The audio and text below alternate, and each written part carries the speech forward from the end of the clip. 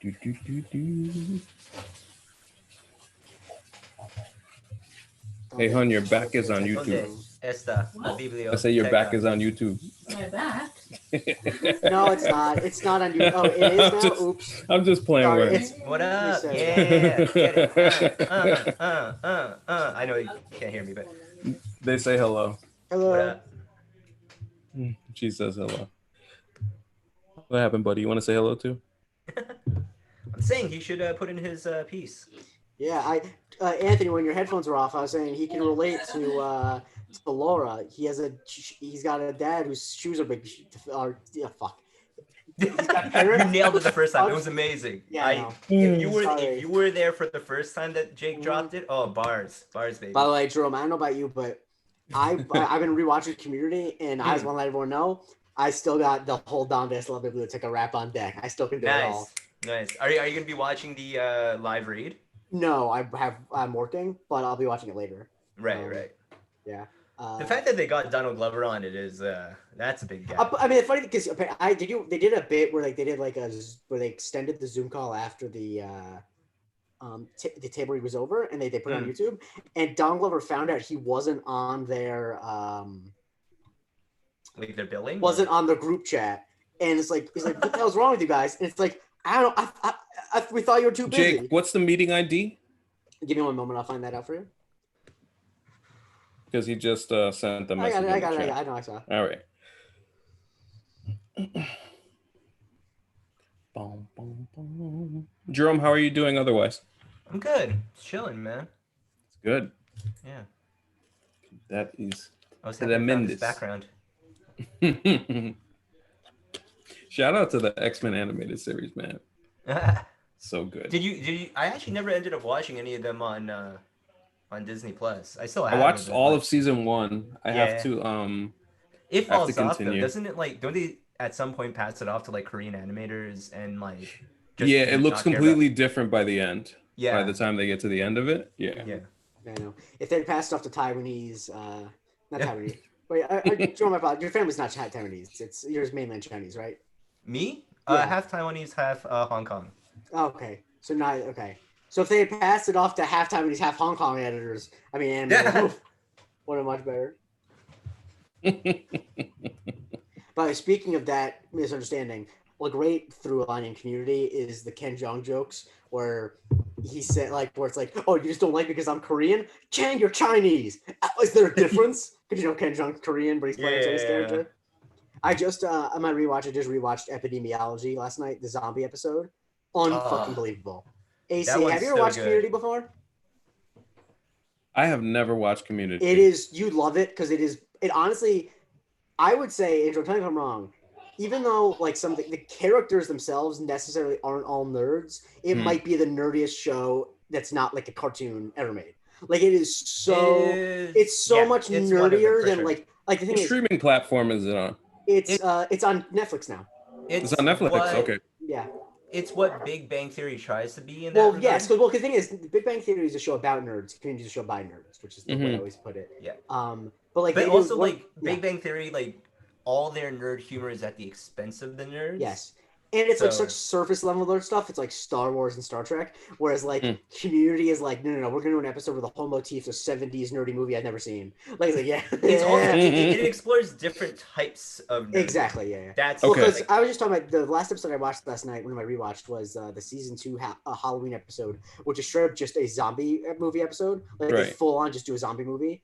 And that's what they started. I still listen to Waterloo by ABBA because oh my god. Who's in that show? Joel. Okay, let me go through the whole cast. Joel McHale. Okay. Gillian Jacobs. So I don't know if you know her. Wait a minute. She sounds familiar. She's in Love on Netflix as well. She's in a bunch of shit. Blonde. Anyway, Danny Pudi, who's really only in Community.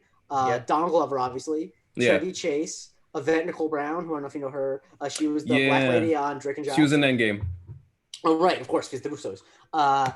Alison Brie, obviously, and then Ken Jeong, and then Jim Rash, who was added as a regular cast member later. Jim Rash of course, Jim Rash is in Civil War. He's the guy who meets Tony Stark off the stage. Was like, oh, are any of those grants for faculty? Maybe. Yeah. Oh, okay. So okay. And Danny Pudi is actually in Winter Soldier. He's the guy. Remember when they break there are a into lot of community cameos. When they break into Mhm. like the Shield office, when like there's like those like where he there's does like like that's the this? control room. Yeah. Where they point the gun at the guy who opens the door. That's Danny Pudi from Community. Mhm. The Russo brothers get them all in. Because the Russo brothers used to direct on Community. Oh yeah, they were these. Duh. They were they were the directing producers. You know, like every TV show has producers that are like the pilot director, and they like are supervise all the directors. The Russo brothers did that for Community and Arrested Development, which is crazy because they directed two of the best comedy shows of all time, and then are two of the most successful movie directors ever to live. Yeah. Oh, there he is. Oh, if that. What Wow. up? There he is. He's getting his audio going. Yeah, he's connecting to his audio. Do. Oh, audio didn't connect. Oh, is it? Is he? Oh, look, we got the cat up in here too. Holla. Mari, can you hear us? Can you hear us, Mari? I don't think his audio went through. Hello. Check your audio. I don't think he can hear us like either way. Can't hear us. You Hold have on. to text him. Yeah. But once we get Marianne, I'm Who's gonna hosting? get the link. I think you are. Me? Or no, maybe it's either. think No, I'll do We'll let it. AC run it. Oh, right, sorry. I'll do it. It's okay.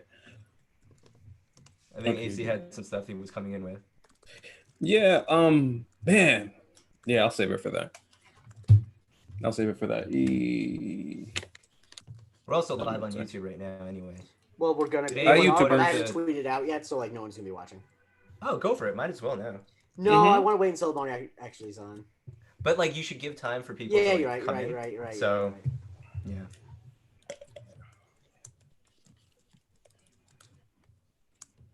So there's this rumor about that WandaVision might come in December because of Okay. the fact that it's already been shot and they already did the editing on it too. So we're waiting to hear on that. I think there's supposed to be a trailer when they're doing that special Comic-Con at home thing in July. Okay. What's the deal with Disney-owned properties pushing things ahead of schedule? It's like Last Dance and now WandaVision.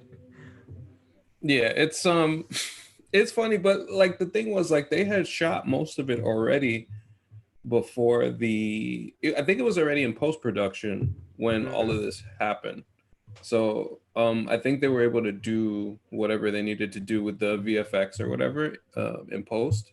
So remotely anyway. So but there's a lot of stuff. There's a lot of stuff getting pushed back. I know Thor was supposed to start shooting later this year, and that'll probably get pushed till next year. It says everything you need to know though, where it's like, oh, Falcon and Winter Soldier. Now they haven't yet, but it's like they'll be able to restart early because they're in the Czech Republic. Great job, America. They said they need like 2 weeks. They need like 2 weeks to finish Falcon and the Winter Soldier. Yeah. And I think the thing that Disney is trying to probably figure out, especially with the lack of content on the app right now, is that Black Widow and Falcon and the Winter Soldier kind of have like a really like real connection in terms of just characters and where the story goes. And right. WandaVision is connected to Doctor Strange. So yeah, and Doctor Strange is not coming until 2022. Yeah. And I think that from what I've heard on like the movie podcasts I listen to, they're not like Marvel based. And I think that the podcasts, some of them, ones that are more about movies in general, I think have a better handle on like what the actual theaters are going to be doing and what have you. That from what I've heard, there is unless the quarantine goes into like 2022, there's a 0% chance that Black Widow is going to be released streaming. It's like there's a 0% chance because the thing that what's come out since they've released other movies is they just don't do anything overseas really because they just don't have the same streaming platforms. Like China doesn't have the streaming platform in order to right. And with like a Black Widow type movie, that's the type of movie where you're going with a big group of people and Trolls World Tour got a lot of downloads. It's still probably not going to make nearly as much money as it did in the theater because if it's in the theater, then a family of 5 needs to buy 5 tickets. Yeah. So and that's a huge difference. So yeah, it's Yeah. there's like from what I heard, 0% chance that any of those movies get put on streaming, which I think is good, honestly, because like I think that's probably I think it's better for the movie It's a good industry. separation. I know what they're trying to go for with the shows, so to kind of keep them exclusive to the app and and then I have the like movies. movies still being a thing, and Yeah. you know, is okay, great. Hope he's back. Okay, Mariano Bibbins. There's just a major like this COVID thing is just like What I keep trying to tell people is I think people are just caught in between of what they want to do, and I think people don't realize, like, imagine how you would feel if the most seminal event of your human existence, of your lifetime, was happening. Well, do what you're doing, because that's what this is. This is going to be the biggest single crisis of all of our lives. Like, don't act like there is no silver. I mean, there might be some. You know, it could be better than you think it is, but like, right, nothing in our lives is ever going to be more serious than this. And so we're treating it like it. And like that honestly makes me feel happier, because it's like, okay, it's, you know, this is a once in a lifetime thing. This, because I think if we keep treating it like it might get better next week, then we're going to continuously be disappointed. It's like, no, this is as bad. Assume it's as bad as the doctors say it is, and then be happy if they're wrong. But the amount of people who are like, I don't know if they're not, the doctors are right. Like, why the fuck would you say that? What do you know? What do you know that they don't? I don't know. Yeah, it's a mess. It's a mess everywhere. I saw so many people outside today, and it was just like it stressed me out. Yeah, I saw your tweet, man.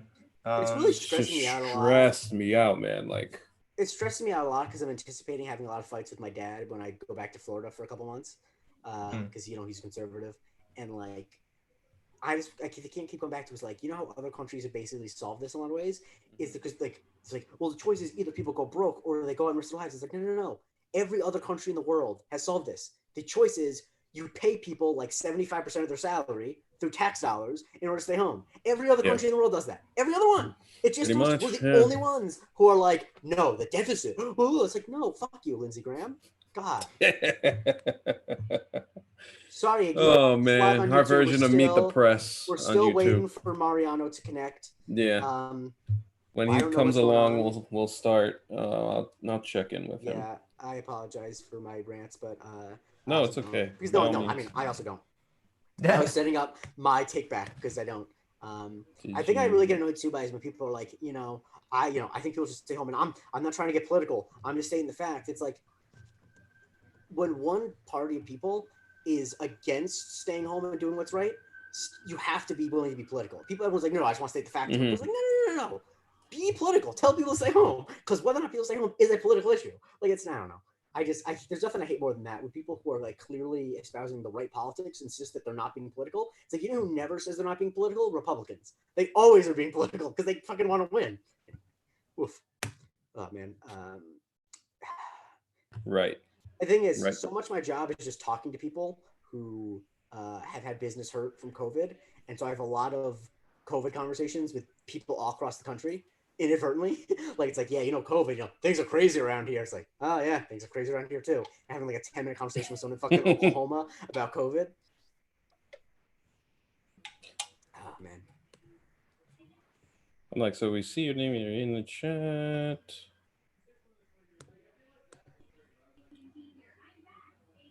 Let me see what's happening here. Because I think he's just in a situation with getting the audio and video situated. Yeah. I told him that usually there's a button that says you can add your. Oh, there he is. Hello? Hello, Mari, can you hear us? Hello. Hello. Can you hear us? He can't hear us. He can't hear us. I don't think so. Hold on 1 second. Mari, check your audio video settings. He can't hear that either. I know. I don't know why check I said that. Your audio. He left again. Video. I don't think that's gonna. I don't think him leaving and coming back in is a good idea. No, it's not that for sure. It's he just needs to go to like the icon on his bottom left and kind of. Okay, he's about to do that now. Yeah. That's what's up. Mariano is worth the wait. Of course. Oh, absolutely. I have nowhere to be. Mm-hmm. Everyone is here. I wasn't gonna get up until I finished this White Claw. But this is number 3. It's Friday at 8 o'clock. I don't know. If you thought you were gonna get unimpaired Jake Christie. I don't know what you expected. How about that? How about that? So Jerome, what was I? I saw somebody tweet about the Fantastic Four movie, the one with Michael B. Jordan. Yeah. I think you shared it. You said you didn't watch it or something. Yeah, I know I never saw that movie because because not only people said it was like one of the worst movies ever, but it was really boring. And Yeah, that's the thing. I'll never watch a bad movie out here. The problem is it's boring. It's not even enjoyable boring or like enjoyable bad. And I really liked Josh Trank's first movie, Chronicle. I watched all that in theaters. I don't know why, but I saw like trailers for it and I was so hyped for it. So I convinced my friends and my brother to go to the movies and see it. Wait, what movie's Chronicle? Yeah, you would like it. You like it a lot. Yeah, it's actually like. It's funny that it's funny that now, like with like movies like Brightburn, where they're like, we're doing the superhero. What if the superhero was bad? It's like, is that the Michael B. Jordan's in that, right? Did that already. Yeah, Chronicle. I think I saw that movie. That's the one where like they all get powers and then one of them turns bad. It's one of has one of the most creative concepts in a movie I've ever seen. Where it's a found footage movie, right? But all the camera angles are really good because they have telekinesis and can make the cameras float, which is such a smart idea for a movie. That is a smart idea. It's like, oh, awesome. But yeah, that movie I really like a lot. That's a good movie. And he actually just directed. Just couldn't remember the name. Josh Trank, the director, just released a new movie called Capone, starring Tom Hardy. Where I saw his face. It doesn't look right. No, listen. He plays Al Capone in his last year of syphilitic madness, and he shits himself on camera twice in the movie. What?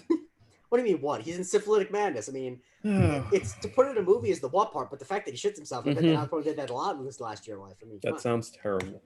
I heard it's like one of those movies that like. That's a very different interpretation of The Last Dance.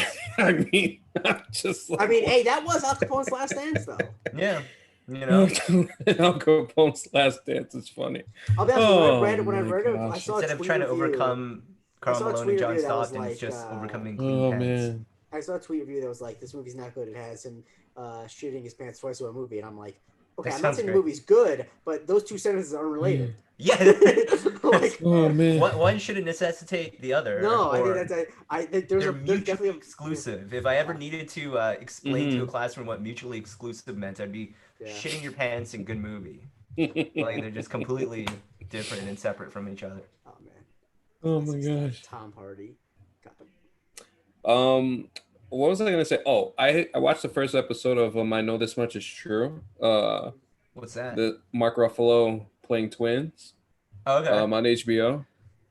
Man, he's acting his ass off. My goodness. Do you mean that in the like regular way, or do you mean that in the Zach Harper describing someone trying hard but not acting well way? No, he's like that performance in the episode 1 as both characters. It's just like you really are to the point where you get lost in the fact that he's two different people. Yeah, Mark Ruffalo is definitely just qualified to be in the MCU. But a lot of people are. Oh, almost everyone is. Yeah. Mm-hmm. By the way, I do agree. Yeah. Who is perfectly qualified to be in the MCU? Jeremy Renner. Renner? Okay, I'll give you Renner. Who else? Let me think. How about Evangeline Lilly? Evangeline Lilly, I actually the only person who's underqualified to be in the MCU. She's underqualified? Okay. Yeah. Because what has she been in other than if you go on her IMDb? Lost, I think right? I think that these are her 4 known fours. You can look this right. up to check. If I would take a guess, I would say Ant-Man, Ant-Man and the Wasp, Lost, and Real Steel. Oh. I think that's all about equally qualified then. I think it maybe. I guess the thing is, I would say because the MCU has a lot of heavy hitters. I think. Oh, how about Sebastian Stan? Sebastian Stan is perfectly qualified for the MCU. Perfectly qualified. And Anthony Mackie as well. Ironically, also in the Hurt Locker with Jeremy Renner. That's a sweet spot. Right. Cut the check. Cut the check. Oh I can never really watch anything Falcon without thinking about Clarence. Just straight up. Oh wait, hold on one second. Hold on. What was I gonna say though? That actually, let me quickly check that Evangeline Lilly thing. Springthorpe and I have been playing a game that I heard about in a podcast called the IMDb game, where basically you try to guess what people's top 4 most known fours are on IMDb. That would be entirely your game. I'm very good at it, and he's not, and he really doesn't. I think he doesn't like it because it shows that I'm on a different level of movie dumb. Oh fuck! I forgot she's in the Hobbit movies. Never mind. Real Steel's not on there. Lost is not even on there, but that doesn't surprise me because TV shows are always weighted much lower. The formula is the formula is very anti-TV. And I don't know why, but it is. Well, it's Internet Movie Database. Sure, but like I don't think it means to be. I think it has to do with. I think it mostly has to do with how many times your page gets clicked on from a movie. So if I'm on the Hobbit, the Battle of the Five Armies page, and I click on Evangeline Lilly's, that gives a point. Okay. That I think that's what I suspect based on. I think that'd be the most. Honestly, if I would design the algorithm myself, that's just the dynamic of film versus television. That like for up until what, like 3 years ago, 5 years ago, has been so greatly weighted that like film is more important. I think that film, excuse me, the most watched TV show though, like Lost, is watched by a lot of people. Right. However, worldwide, even though the Hobbit movies didn't do as well as Lord of the Rings movies, they might have still had the same amount of people who watched it. Like the most successful TV show. Yeah. Like think about it. Like if the Hobbit movies made like $600 million, it's a lot of people. Like in the Lost average, maybe had like 5 million people an episode. Still, it's a huge difference. And also, like I don't know that I'm going to IMDb for TV credits. It's just like it's weird. I do it, but not forever the main cast. Always like, oh, is that guy in the background? Right. Because I recognize every actor. Right. Yeah, I'm very good at the IMDb game though. So. I mostly do it just because I'd like to do a game that I'm better at than the person I'm talking to. But I try to obscure that fact for as long as I can. It's like, no, we're both equally. What are you talking about? I think this is a really fair game. So this is your hustle. It's not a hustle because I'm not making any money, but yeah. Have you heard back from him? I'm waiting for him to send me a message back. I just said, sign on and we'll try and guide you through. Sure. I'll leave it to the tech experts here. We also have a chat here that we can type through it to him. Oh, word. He just needs to know how to open the chat window. Right.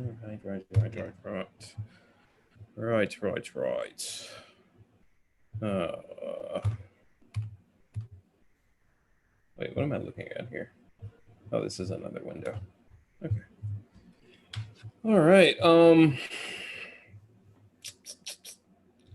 me see. Was there any particular questions that I had that were interesting?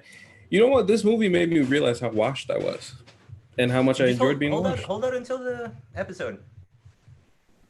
Hold on until we start. Oh wait, is this is recording or no? It's not recording right now. It's not recording. No, it's on YouTube. Oh, the podcast itself is. Yeah. Okay. Let me see. For anyone who's in YouTube right now watching, thank you for your patience. Feel free to send any messages to us in the chat. Oh yeah, ask us questions too if you want. Any Marvel related stuff. Who was saying hi earlier, but I wouldn't blame Rudy if he dipped out in that time. 1 sec, I'm gonna turn on some lights here.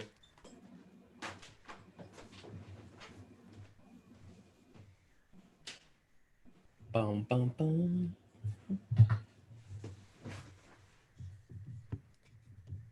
I'll be honest with you, I'm kind of confused what problems Mari's having. I feel like Zoom's very easy. So? I said I haven't had any problems with Zoom. This is the first time I've had a problem with Zoom. Right.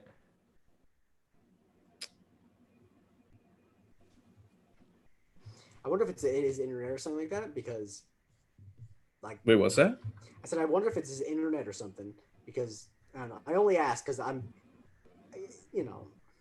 my no, like when he first came on, it said like. I mean, it was looking pretty crisp. Yeah. And then it just said the audio was not able to connect. So. Oh, he's connected. He's in. Mari, you can probably hear us now. Mari? Yeah, I can hear y'all now. There he is. There we go. All right, hold on. What's up, man? I want to see your hairline. I got a headband on. Yeah, man. I've been seeing you rocking the headband. Yeah, let me see. I was almost going to do that just because. Yeah. Let me send a screen cap so I can send to my aunt. What's up, man? How you doing, man? I'm good. I'm chilling, man. I'm all right. How y'all doing? Great, man. Doing okay. All right, I like how Mari has the headband. You know, like when people are growing up and you like mark their line on the wall, he just like has it there just to like remind you. Just like it's still. All right, Nothing AC, changes. There's no gap. let's get Yeah. started. Just so we Yeah, can let's do this, Mario. It's All right, so- obviously it's always a pleasure. Oh yeah, for Um, sure. All right, It's good to hear from you. AC's gonna hit the intro, and yeah, you know how it is. All right, cool. Welcome to the Marvel Cinematic University podcast. I'm your host for today's episode, Anthony Canton the third. I am joined by Jake Christie. Jake, how are you, sir? I'm doing well. How are you? I am good. Excellent, excellent. Jerome Chang, Black Dragon Roll. How are you, sir? I am doing very well. Thank you for asking. Of course, wonderful. And we have our special guest, friend of the show, Mhm. Mariano from the Count the Dings Network. Mariano, bro, it's a pleasure to have you back on. How you Always doing? a pleasure, man. Always. Excellent, excellent. So, what we are talking about tonight is the movie Logan, directed by James Mangold, 2017. It was interesting going back Damn, it's been that to. long. Yeah, I know, right? 2017. You know, that's the wild thing. 2017 was a good year for superhero movies because you had Logan, you had Spider-Man: Homecoming, you had Thor: Ragnarok. It's just like banger after banger. But yeah, as far as Logan is concerned, it's Hugh Jackman's last ride as Logan, as the Wolverine character, and it was funny to me because watching this movie again, there was two things that stuck out to me, and then I'll throw it to you guys.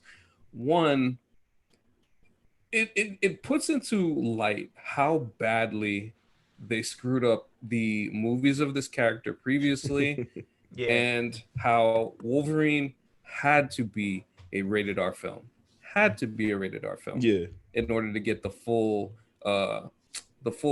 essence of the character. Mariano, going back and watching this movie and thinking about this movie when you saw it, like general impressions, like what stood out to you? I think right off the rip, the gore, just like, oh, they doing this. Like, you know what I'm saying? Like that First opening scene in the scene, I was movie. like, Yes. Jeez. I mean, cause I guess sometimes you watch these movies and you just don't expect them to do that. It's like it's assumed that, oh yeah, he killed him, or it's assumed he cut his head, whatever. But like this, I was like, oh, all right, this is different. Like, we're not even, 10 minutes into the joint. Like, that's what stood out right away. Like, I knew what I was getting myself into from that. Yeah, word. Jerome, how about you? Man, it's just echoing the same thing, but like I was thinking about the gore and what happened there, and it reminded me of reading a review for Kill Bill from like way back, where when they talk about that scene where the bride is fighting against the Crazy Eights or Crazy 88s, 88.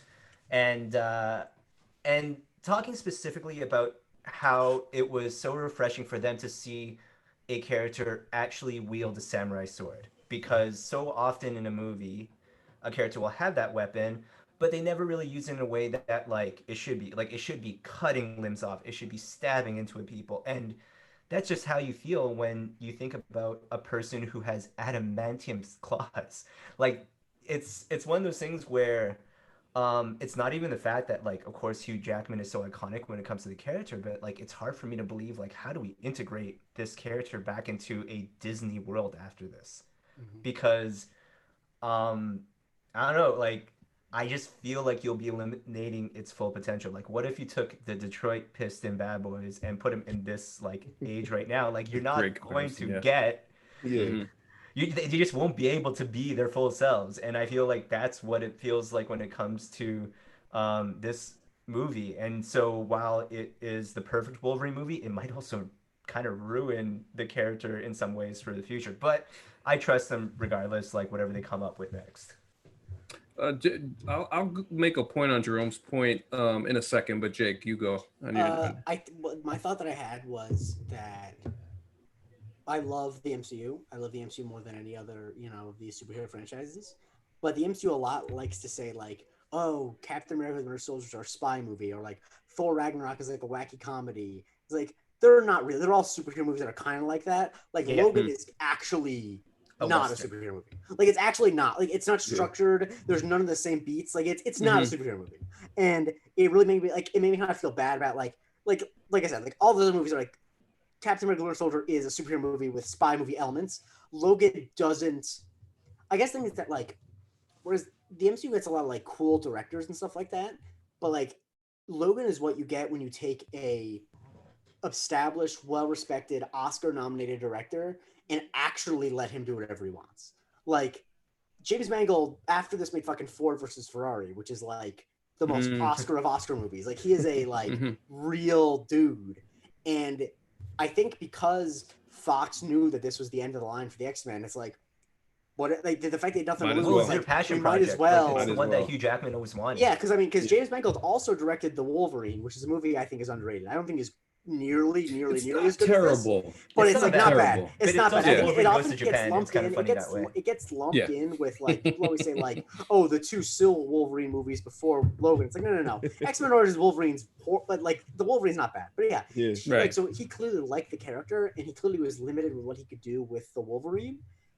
But then with Logan, like, they just sort of like let him off the chain, and it's like, oh, this is what you could do if you actually gave Ryan Coogler all the keys to the car for Black Panther.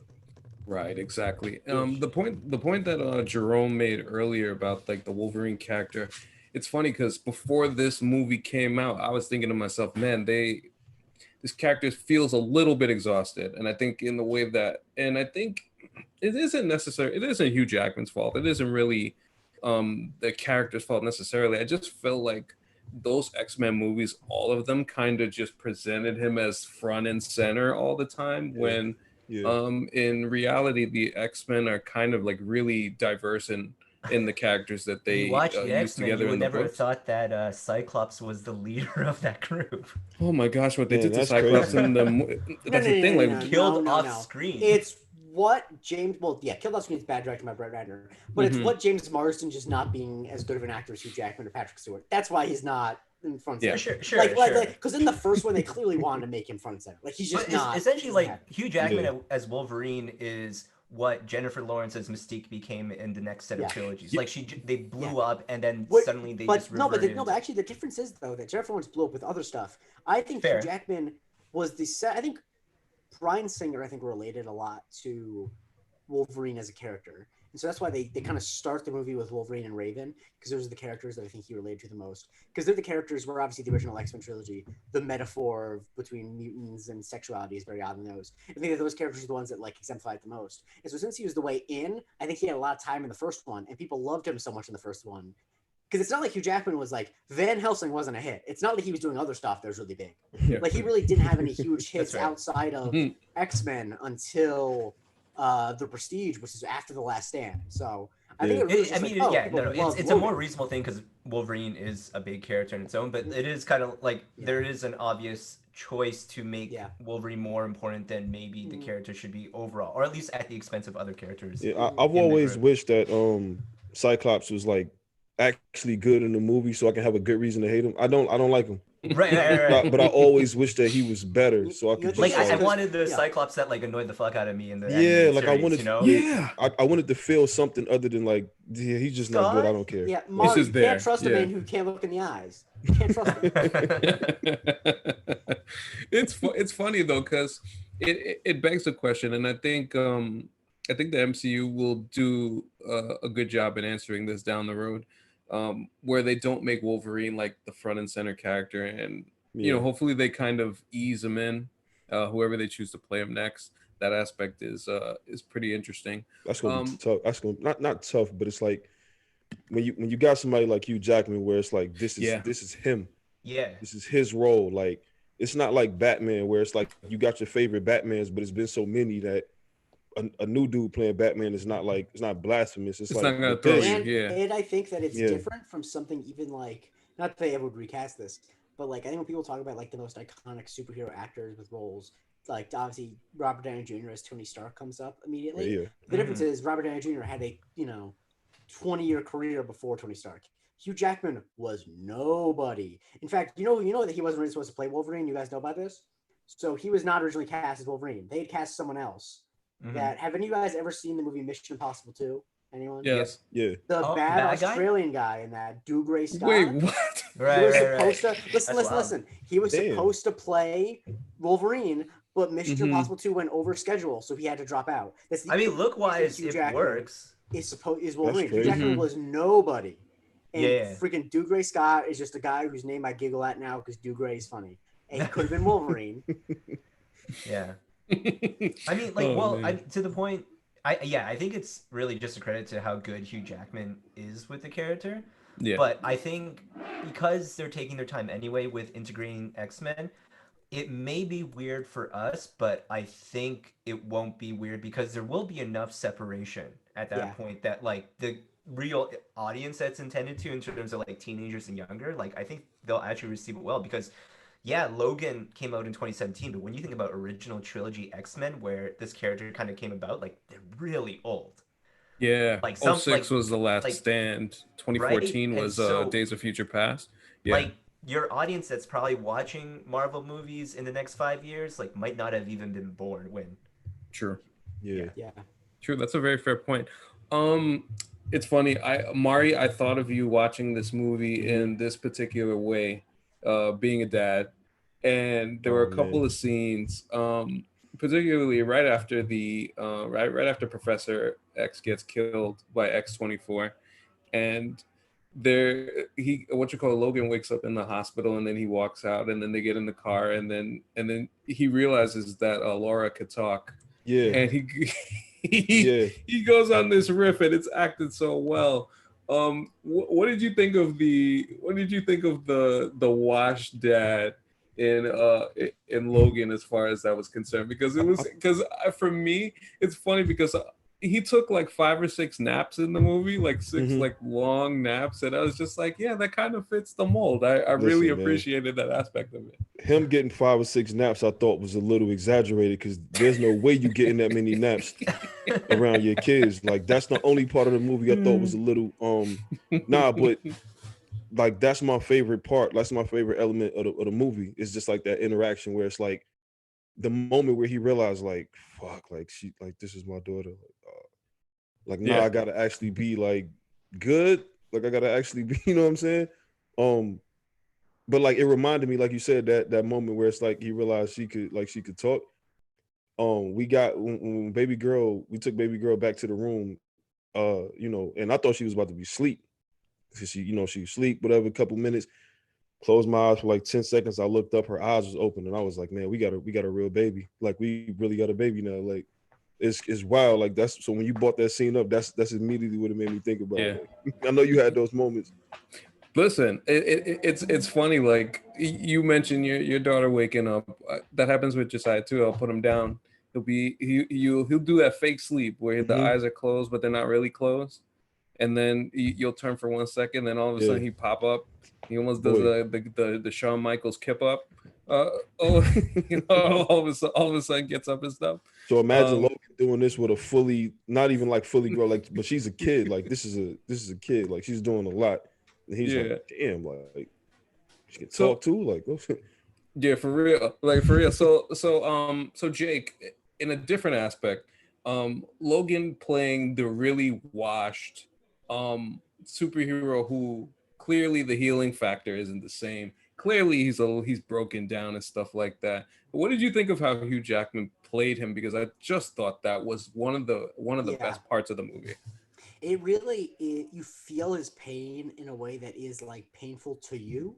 Like there's a lot of times where you watch a movie where someone is hurt and like you watch them being hurt because that's like they're playing it up so much. Mhm. They're like yelling, "Ah, rah, rah." Like he just every movement he does, you feel it's a little painful. Like he never has to express that much. It's just right. like the way he moves, you are like hurting because like you expect him to be fast, like I don't know. I think it's such a um there's so much manner to it, and I think it's something you only could do if you're an actor who's been playing a part for 17 years, because he doesn't have to worry about the other shit. Like he knows who Logan is in his Yeah. spirit. You know what I mean? He's got the other acting shit down. Because a lot of times, if an actor needs to like play a guy who's like hurt, they do it very obviously because they have to do that and play the character. But like the character comes second nature. That's a He good point. spend all of his time like I'm gonna feel this guy's pain because I've been with Mhm. this guy forever, and like that's why I think it's so compelling because as a western it's a very classic western element to have like the old gunslinger who's broken Mhm. down, who's Mhm. barely making from town to town, but like this is the case where we saw the young gunslinger. We've seen the gunslinger the whole time. Yeah. We grew we did this isn't us meeting this new guy who's old. He's a guy that we've seen before, and now it just you have all that history. It's like an enriched text where it is a standalone Western, even if you don't know the context. But if you do know the context, it's like, wow, look at how mighty look at how the mighty have fallen. Look at how much pain this guy who used to just like rip people to shreds in cages in Canada. Yeah, it felt like it was over the whole movie. Like it felt like from start to finish, it felt like, yeah, this is it. Like, and then at like just like Jake said, to his point, as it went on, you could just see him. He didn't have to make a noise or keep, exaggerating. It was just like, yeah, this is it. He ain't gonna make it. Like, the finality to it was very telling. Jerome, anything stood out to you particular about of Jackman's performance, or well, I mean, like, we're talking just anything so much about of the last Jackman, movie. but we got like every version of Wolverine because he also plays X-24. And then for two, like, so it's one of those things where it actually kind of works out because we talked about the rated R part, and like one thing that's so iconic for the character of Wolverine is his berserker rage, and you get it a little bit of it in that scene in X2 X-Men United when he's in the mansion protecting everyone. But like you don't get it like this. But then you kind of feel cheated at the beginning because even though he's doing it, he's so broken down. But then suddenly, like, X-24 shows up, and then for like 2 times over, we basically get the repeat of like the old Jordan, young Jordan Gatorade commercial, except they're fucking each other up. And so it's actually like it's amazing that you get all these different versions of Hugh Jackman playing Wolverine in this, and I don't know. It's really underrated. Like I think about Logan in the same vein of like the Dark Knight trilogy. Like it may not be Dark Knight, but I think it's at least as good as Begins or it's up Dark there. Knight Returns. It's up there. It's definitely better. It's better than Rises. Although I love Rises, but that's Rises is very good. That's a personal thing. It's not. No. It's not good. I like it a lot. It's not good. but and then on top of it, like I think the point I wanted to make more is just that. But at the same time, like I don't know that Christian Bale has as at any point as good a performance as Batman as Hugh Jackman does as Logan here. Yeah, not at all. That's an all-timer. And it's funny that you mentioned X-24 because I think to myself, so this movie was good, and then it goes up another level when X-24 shows up because it's like it kind of throws. I remember being in the theater. I remember being in the theater and Charles is on the bed and he's talking and whatever, and then you see the claws, and it's like, yo, what is happening? From Laura's screams to them country dudes showing up and X-24 just laying waste to him. That poor, like that poor family. Like it's got to be hard enough. Honestly, it's got to be hard enough being the only black farmers in Oklahoma. Listen, he couldn't just let his soul glow. And they got murdered. But also, I mean, when I talk about like, everyone's like, it is so cheesy to compare Logan to a Western, but it is the most classic Western thing in the world where everyone you go from, person to person and they keep getting hurt because like that's such a classic Western element. And like, that's the tragedy of Wolverine because that's what happens with him. Even before this movie, that's the whole thing about Wolverine. The people he loves get hurt. Yeah, man. I just keep thinking back to that scene, and it's like you said, happiness is kind of always taken away from him, to the point where the way that he sells Charles's death after the fact, I thought was just where he just tries to get the words out, but he can't as he's burying him. It hurt to watch him fight X-24 too. Like it was. Like I'm watching it, like, man, just fast forward. Come on, man. Like somebody up there. It's happening. I can't take it. And I couldn't look away because we in the theater. Where I'm just like, oh my god, like, come on. Yeah, it's pretty amazing. It's nice because like I said that thing earlier where he finally gets to use his weapons the way they're intended to be used. But at the same time, I really don't want to watch that. Like it's so the worst bit is the first guy he kills in the hotel room when Charles is having a seizure, when he just opens up his claws on the guy's head and just like slow motion. Oh my god. Yeah, so good. Jerome, I'll continue with you here. Were there any other characters that like really stood out to you? Obviously, Laura's in there. I thought Professor X's Patrick Stewart was really good in this movie, playing Right. like a broken down Professor X. Anybody stand out to you in particular? So, like, I actually kind of want to jump into Professor X because Yeah. this is the first time watching Logan after kind of getting a lot of the new trilogy of the X-Men series, where like there's First Class and what Dark Phoenix and like all those, right? And Quadrilogy, but yeah, sure. quadrilogy. Thank you. Yeah, and so um, we covered Dark Phoenix, Yes, we did. and a big part of that, which actually was kind of a bonus, or at least a good part of showing more of the X-Men characters, was showing that Professor X kind of sucks. Like Hmm. he actually is a detriment to his own team. And it really made me look at this character in this movie quite a bit differently because really the reason why, like we talked about this whole thing, like all the good people in Logan's life dies, but he's not responsible for the X-Men being Right, dead, right, right? Like right. the fact that it's Professor X with all his power, and also just how brilliantly it kind of links back to the original trilogy. Like, um, it reminds me a little bit of how. So there's the Rocky series, right?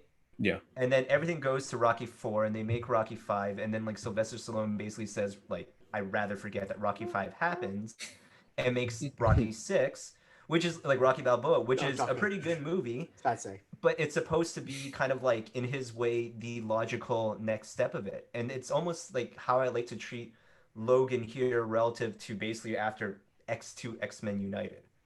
And Yeah. forget like Last Stand happened and all like we can the Wolverine I agree is also it's pretty good. It's I think honestly not First bad. Class is also very good, but it's hard to But make like people for canon. but Like again continue. like First Yeah. Class happens like so far before like Mhm. I'm kind of treating Logan as part of like the Sure. original set. Yeah. I agree. So um yeah, it just happens then uh like Professor X's power, you already see a hint of it when he's basically used as that same weapon in X2 X-Men United. Yeah. And then you realize like for all those like it used to be used kind of as a parlor trick, like I'll freeze this one person, I'll freeze this one person, but this guy kills people. Like he Now I have basically a causes a question. full I massacre, didn't which is take that to amazing. mean when they said it incident in Westchester. I didn't take that to mean it took place at the school because they said 600 people were affected, Mm, and I don't think Hmm. there's 600 people in the school. As well, right. I don't know. Okay, I mean, it could be one of those things I because, was like, remember with the power of yeah. they I didn't specify if he was using I Cerebro was because if you're using specifically Fair Cerebro, enough. you could Yeah. affect a I lot more was people. specifically thinking on this is personal experience because there's a mall in Westchester that I went to once to see the movie Straight Outta Compton, so I was assuming it was there. I only once again only been there once. Straight, it was a good movie. F. Gary Gray directed it, Hmm. but I was thinking I was glad I wasn't there. But I don't know. That's just for some reason I looked up actually in the movie when you were talking. I'm like they mentioned it was in a mall, right? It's like nope, that's just where my mind went because I've been there before. Right. Anyway, Yeah, no. Well, I treat it more just because like Professor X Yeah. is supposed to be so powerful in the comics, so I think oh for that's sure, just like a yeah, reference to that. And yeah, so Right. yeah. and then also like they allude to it throughout this movie, like that he has to stay in this bunker and he has to be locked up and he has to be sedated to do it. And Yeah. it's really an interesting take on the character because he's losing his mind and we don't really get to face a character in that way that is so out of control of their immense power. Mm-hmm. And so I think that was such an interesting touch. On top of the fact, like similarly to the way Hugh Jackman got to play this character so differently, man, Patrick Stewart is just killer in this. Like Yeah. Yeah. so Great good in performance. this. Yeah. Yeah. Great performance, no doubt. How about you, Mariana? My favorite character, believe it or not, in this movie, other than Logan, was Donald Pierce. Um, Mm, and he's just this is what I fun. mean. This is what I mean when I talk about like a villain or a bad guy, just like somebody who I don't necessarily like, but Hmm. but it's a reason. Like I don't like him because of his position, like not the role that he's playing. You know what I'm Yeah. saying? But he was great. Like that's a guy who, when you don't get along with him, it's like I felt something. Like I Hmm. felt something. He was, I don't know. He Visceral. had some type of charm. Like It's a He's like with. this charming stereotypical pest. character, but he Yeah, plays it so well. Because like there's a yeah, classic character like the charming Southern evil guy, like yeah, Walton Goggins has played it a million times, but like Mhm. he's so good at it where it's like yeah, there's a magnetism where like you never ask why all these mercenaries and like federales will die for this guy Because like, no shit, they would. Look at him. Like, right. And it's like, well, you like believe also it. that part where he has like that when he first interacts with Logan, he's just like, by the way, big fan. Like just stuff like that, man. See, stuff like that is like, how could you hate this? Like, how could you hate that part right there? Because like he's trying to kill a child, but I understand what you're saying. Yeah, what an asshole. I'm kidding. No, I actually really like Dr. Rice, his boss, not because he's cool, but for the exact opposite reason. Because I think that this movie, because it's directed by James Mangold, and he's not perfect evil scientist, dude. Not some stooge. But the thing is, I think the thing that's important to keep in mind though is that they make a very good point, I think, of not making him evil scientist. Like he is just a fucking empty suit who is like, no, I'm a scientist and I think what's best for the world is X. It makes him more terrifying. And like he's not, There's no maniacal. humanity in him. He's just a guy with no conscience. And I think Richard E. Grant is like one of the most underrated actors alive. I think the fact that he had like 3 seconds of screen time in The Rise of Skywalker is one of the many, many, many reasons that movie's not good. But like, just the bit where he's talking to Logan and he's like, and Logan's like, I think your dad was the one that put this in me. Yeah, I think he was. Yeah, I think I killed him for it. Yes, I think you did. It's so funny. Like that is like, and that's all performance because that's not funny on the page. It's just like this guy, he's spineless in a way that's like not exclusively played for laughs. Because like, I don't know. I think that what it's trying to say is like the people who do horrible shit in the world are actually more like that guy. I think the funny thing is the bad guys in real life are much more like the Doctor than they are like Pierce. Right. Bad guys aren't like Pierce. Bad guys are like the Doctor, who's like, no, we're doing what's best for the world. We're gonna make mutants. That's or like the scene where he's telling what's her face, Gabriella, I think, don't throw them birthday parties is honestly like good touch. Like that's such a and like the way it's shot, like how it's like through a door, it's like don't film Halloween parties. These are not children, these are experiments. Like it's so perfectly done. And I think that you get all of it. You get why this is the worst thing in the world so easily from it. In the same way that you're charmed by Pierce, you're repulsed by Xander Wright. Yeah, you need that. Like you need that dynamic. I think in the if it would have just been Pierce, then it's like it's not really. You don't even have a moment, I guess, to like appreciate him. You know what I'm saying? Without that balance of somebody else that's just cold and to the point, just like, nah, I'm not dressing none of this up. I ain't doing none of this cute shit.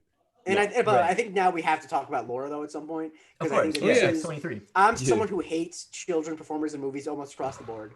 And I think that Daphne Keane is unbelievable in this movie. Yeah. Unbelievable. Ridiculous. She's fucking speaking her not native language. Actually, I think she's part Spanish, but I don't think she speaks Spanish natively. It's like just killing it.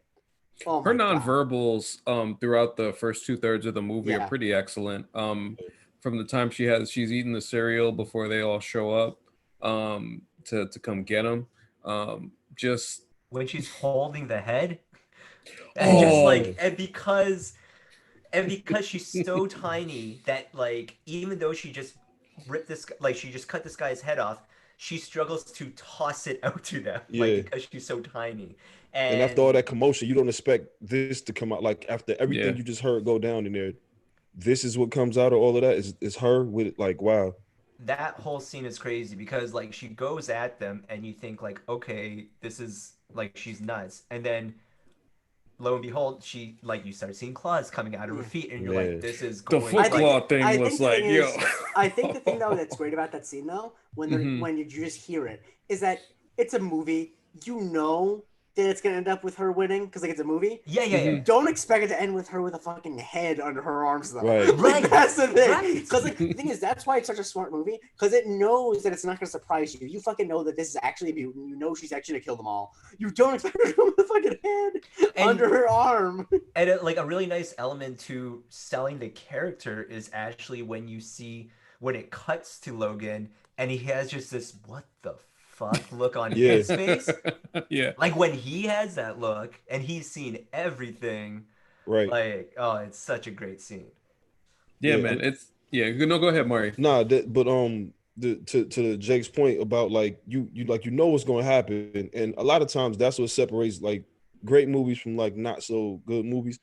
You know what's gonna happen, but it's like how is it gonna happen this time? Let me see. Exactly. And they did a good job of doing it where it's like, okay, she's gonna win, obviously, but is how's it gonna look? So like you said, to see her for that to be the end of it is like, oh, okay. And how calm she is. Because it's not like she's like crying or like super rageful. She just wanted to say, "What the fuck is that on her?" Oh no, it's a head, isn't it? Yeah. Like, yeah, I mean, like we're talking about gore, and honestly, the most jarring stuff is seeing all these children just massacre grown adults. Yes. Like, The way that the way they got Pierce out of there. Woo. Yeah. Man. Woo, buddy. That how was am I that getting was up at the paint? I mean, Well, like I think my favorite like kid attack outside of Laura is the girl who freezes the guy's arm as he's grabbing her and snaps it. And the best thing though is when it snaps, like it's like you meat chunks. As opposed to like, because normally in an X-Men movie, if they did that, it would all be ice. But it's like, no, if you froze someone's arm and broke it, it would still be red and bloody and gross, like frozen meat. Yeah, like in Days of Future Past when the Sentinels killed Iceman. Yeah. Man. They just saw he was like regular, like they ripped him ice. apart like he was ice cubes. Yeah, like, no, they're not ice. It's big frozen ice meat cubes, baby. Oh I know. Put some turkey in the freezer. That's what's happening. I know. So basically, we're talking about favorite moments. I'll just go and say that I'll go with that X-24 showing up scene because I think it was the one thing that just surprised me and just kind of like made the film. How many times do you get shot in a comic book film? It's not many.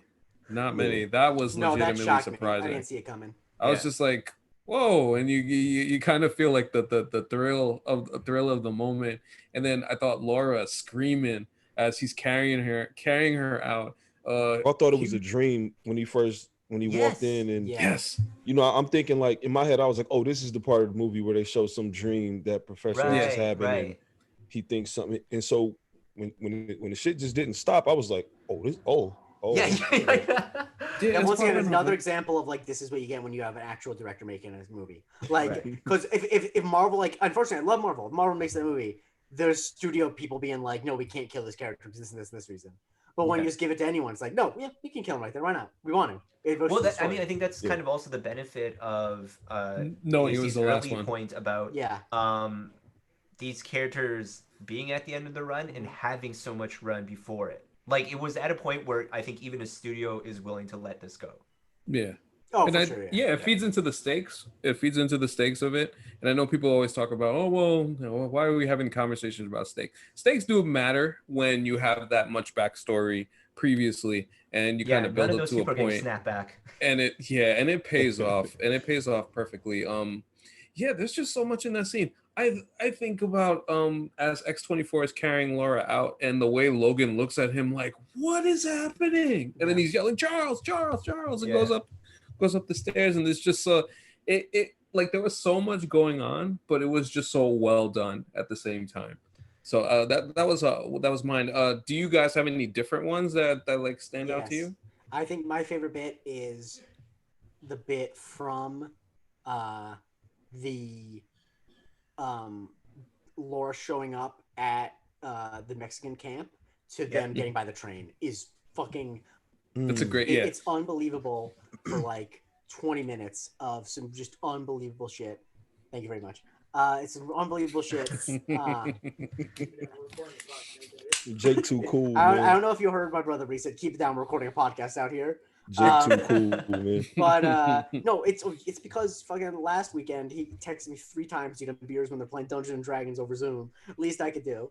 Anyway, but yeah, that bit, especially also, there's something I love more in a movie when you see something and you know a fucking train coming in the distance is so unbelievable because you're like, they need to get around this train. How are they going to do it? The whole thing is that, you know, it's like a time. I think there was a timer. It's like there are 30 seconds until this train comes by. They need to get that car to that train somehow. How are they going to do it? And the way that they like, it's time that you always have an idea spatially of where the train is, how much more time they have. That's why I think that the action scenes work so well is because there's never a time where you don't know where everyone, everything, every element is. And you can follow it always. And that actually, there's a million cars, a million people, but you know where Logan, Laura, and Charles are. You know where the train is. You know where Pierce is, and everything. And like the cars you generally, but like you know where they are at all times. So you can follow. You know the six are like, oh shit, they need to get by the train because Pierce is here. And I think that is what's so well done. And it's so it's chaotic, but it's like not hard to follow in a way that's like I rewatched it last night. It's like, this is action. Like, this is action movie making at its best. Yeah, I mean, like, to both your scenes, like, I think those are probably the two that stick out for me the most. But like, it's just there's I just remember, and I think Mari was talking a little bit too. There's just something so unnerving about this movie throughout that, even though you know there's like another hour of runtime or whatever, like you just feel like constantly this is the end for Logan. Like at every given moment, like he is not getting out of this. Because also, I think as a character, like Wolverine is not a character that that can outsmart people, that will get himself out of, like, he just cuts himself out of it. But we've taken that away from him. He can't heal the way he can heal. He can barely get his claws out, you know? Get Roman. But but like you just keep on going through all of these things and you're just like, how the fuck is he getting out? And then like we get what, like about halfway through the movie, and then that's when X-24 decides to show up on top of everything. Like it's ridiculous, and everything is just edge of your seat. And then ends anyway with Logan actually dying and getting killed, which is insane and graphic, and just painful to watch. Man, that's dope.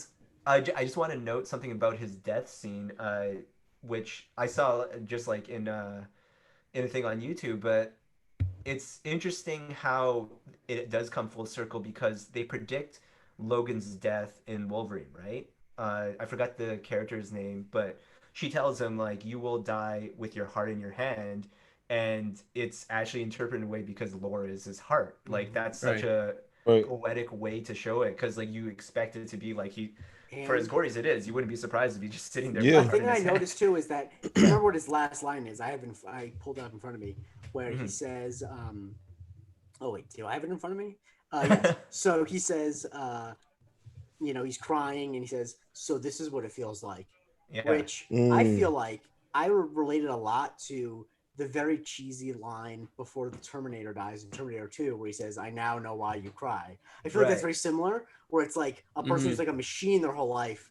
Like, oh, I finally get why. I'm a sucker for those kind of lines. I know. Too. Like, where someone's like hard, it's like, because the thing is like, we know, like, I mean, I have no facade. I'm a big crier. But I feel like a lot of us, none of us are steely-eyed. All of us have tried movies before. When you see someone who's strong, definitely break down, it's like, man, that's heavy. This shit, I don't know. Logan's last line might have been my first line when I probably lost my virginity or something. I think. Probably. That line is so great too, because it's that, but it's also the first time he actually feels death, right? Like, because he's unkillable. Right. I think I like that it's ambiguous. Like, I think it's supposed to be, because I think on the surface the death thing's easy, but I think it's like, it's both though. Like he simultaneously learned, poetry right here. He simultaneously learned what it's like to die, but also what it's like to live. Right. Hey.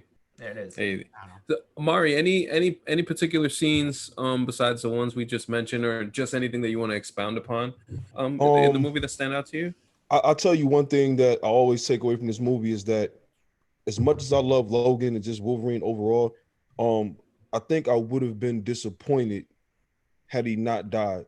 Yes. You know what I'm saying? I think that's what it is, because the whole movie, naturally you root for him to just survive and overcome everything, because like you like this character.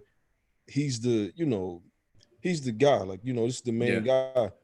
But I think if had that movie ended differently and he's, he lasted and everything, I don't think I would have maybe enjoyed it as much. It's a good point that you bring that up, Mariano, because if you think about the original source material of Old Man Logan, he doesn't die. This is the beginning of his journey as another, like, as Old Man Logan. Like, that's how that story ends. Right. So the fact that this really gives him a proper ending, and also just the fact in all of these things, like Batman doesn't even die. He fake dies. Right. Yeah, he fake dies, right. And then he goes for a macchiato somewhere else. Like, it's just... I mean, I would go for a macchiato with Anne Hathaway if I could. I'd do anything. Fair enough. Oh, man, listen. Yeah. For sure. We could probably do a solid 20 on Anne Hathaway as Catwoman. I'm just I'm a big fan. I think very underrated. Both like jokey, but not. I think she's very good at it. Yeah, she was really good at it. Yeah, she was very good. And I thought it was Yeah. really great that Batman let her ride his motorcycle because those were really great scenes. Oh Yeah, man, I agree. Yeah, it's funny because there was one thing that I had to make sure that I mentioned about this movie. I love the MCU, obviously, this podcast and everything, pretty I clearly. hope so. But I have to say, it was refreshing to watch a movie that did not have I don't think it had any CGI in it. Very little to no, if at all. Yeah. Right. I mean, It's not a lot. it depends what you mean by CGI. Yes. Yeah. It depends what you mean by CGI. There's a No, I'm lot talking of about. CGI in it. I'm talking about the None of the sets were saturated. CGI. None of the sets were CGI as the big Right. Yeah. But like there obviously is a ton of, I think the thing is there was actually one scene where he very much recognized CGI. I think the bit where he's being lifted up that rock formation in North Dakota is horrible CGI. But like a lot of like the claw stuff is CGI. Obviously all of the metal arms are all CGI. And so I'm not saying that I'm not saying you're wrong, but like I agree with what you mean. I think that It was basically it was refreshing. The thing the MCU overuses, in my opinion, is CGI sets. I think that in like I don't know if there's a single blue screen used in this movie, except for like the one scene I was just talking about. Like it's all, even if there's CGI, it's all like a CGI arm or CGI claw, which is much. It's not like we're taking people and pasting them into a setting. Mm-hmm. True. Yeah, like that was like the one thing I was thinking about as I watched. It's like it's funny because when I watch MCU movies, it's almost like now I look out for it, like especially which ones are like really really heavy on it, and it's nice. It was refreshing to get like kind of like a little bit of an old school type of feel to it. So it kind of just it felt good, and like like me as like the old soul here. It kind of fit with the song of the day. I will add one more scene just because we talked about like all these different ones. When Logan gets his one dose of whatever that serum is, and gets to do his like Jordan Wizards 51-point game for like one game only. Yeah. Is a ridiculous scene. Yeah, just because it actually reminds me, because he has a similar scene in X-Men Last Stand, because he's like in the forest and he's doing all that stuff, but because it's not supposed to be rated R, like it's like they just do all those like tricks to make him still be able to do all kinds of things. Like he's fighting a person who can regrow their limbs, so he can cut off the limbs nonstop.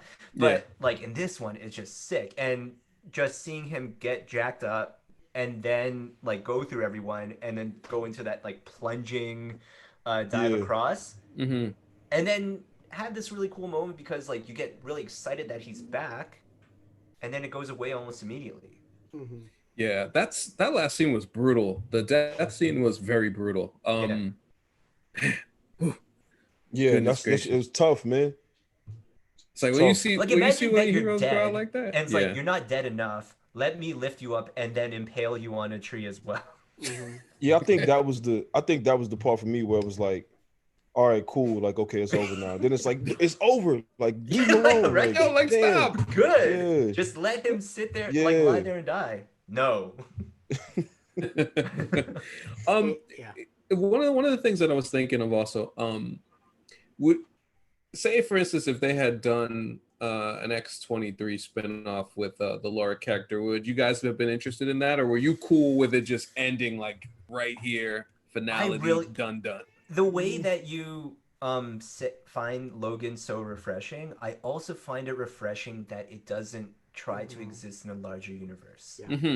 Like Also, I think it's such a good movie to be on its own as its own story. It's one of those things that like I think DC movies to some degree might do well in that they kind of start treating their movies as like individual graphic novels that don't have to. Well, I was gonna say they do that because they tried to do the other thing that didn't work. But yes, sure. But like if you're able to like you see those moments and then Mari looks like he want to say something. Mari, you look like you want to say something about DC. What happened? Well, I don't have anything to say about DC really. There's nothing to say. Except that Wonder Woman was great. Wonder Woman's great. Yeah, I'll be honest with you, I think Aquaman like it slaps I a still little haven't bit. seen Like it Aquaman. kind of slaps a little bit. Like I it's heard it not actually like is kind of great, fun. but like Aquaman has its moments. Aquaman is such a nerdy movie. Like it's Yeah. like the way I heard it described in a podcast once. It's the only movie that ever is like, like when you watch a movie and you have like a bunch of million questions about the universe. Aquaman's like, we're gonna stop and answer every single one of your questions. This is how we do this. This is how we do this. This is how we do this. Okay. Yeah. But yeah, like I think to answer your question, AC, I would not want to see like sure you can take the X-23 character and put it in something else, but I don't want it to be connected to this. Okay. Like Yeah. the X-23, I understand it's a really important character, and it, like sure create stories out of it, like put it inside Disney, do all those sorts of things, but Yeah. like But the let this finality of live on this. its own. Yeah. Right. Otherwise, Yeah, I it agree. will it just diminishes it. Yeah, I agree. I also don't like the idea of picking up in like the universe this movie takes place in, like the world is the world I want to be in for one movie. I don't want to be in the world that like this thing about like mutants didn't exist for like 15 years and we're in a lab. Like that's a very different world than just the regular X-Men. That I don't know if is going to be as like fertile for. Because so much that's interesting to me about X-Men is that they can be anywhere. It's less interesting to me when it's just a small group of kids who are all in the same lab. Like that's not as interesting to me as the X-Men thing at large. So one of the things that I did want to close out with was was kind of what would we like to see from the X-Men in the future. Can we do a best line thing? Because I have one lined up. Oh yeah, by all means. Yeah, by there's all a means. line Go I ahead. really thought was really profound when I watched it this time, where Logan's talking about his nightmares, and he says that he says I hurt people. Well, because Laura says people hurt me. Logan says mine are different. ¿Por qué? I hurt people. And then there's a digression about the adamantium bullet, and then there's a pause, and Laura says I've hurt people too, and Logan says you're gonna have to learn to live with that. And I forgot the next line because I'm like, oh no, she says they were bad people, and I forgot the next line. It's like, and he says exactly what I was thinking, which is all the same. I think that's one of the most poignant lines in the movie because it's like, it doesn't matter. Because like the thing I was thinking, and if this movie was more on the nose, it would say this, but it's like Logan and Laura killed like I don't know 35 Mexican police officers. Not all of them were horrible human beings. Right. Most of them have families, have kids that are growing up like that. Yeah. Yeah. All the same. You kill like they're just. I think there's something so profound about being like because Logan at this point is like mostly killed bad people. Yeah. Doesn't mean he doesn't have nightmares about it. And yet so many times superhero movies go out of the way to establish every person you're seeing on screen dying is bad. But it's like, no, like that's not that simple. Sometimes that's true. And even if they are all the spawn of Satan, you're not gonna be no one can sleep like that. You know what I mean? Like they don't really address the idea of having that blood on your hands. Like World War II veterans who killed nothing but Nazis are all, were fucked up. Like I think that's such a fascinating thing to be like, this child has this very idea of like, no, the people I kill are bad people. It's like, no, like, unfortunately, you're going to learn that's not the case. That's not the way it works. Mm-hmm.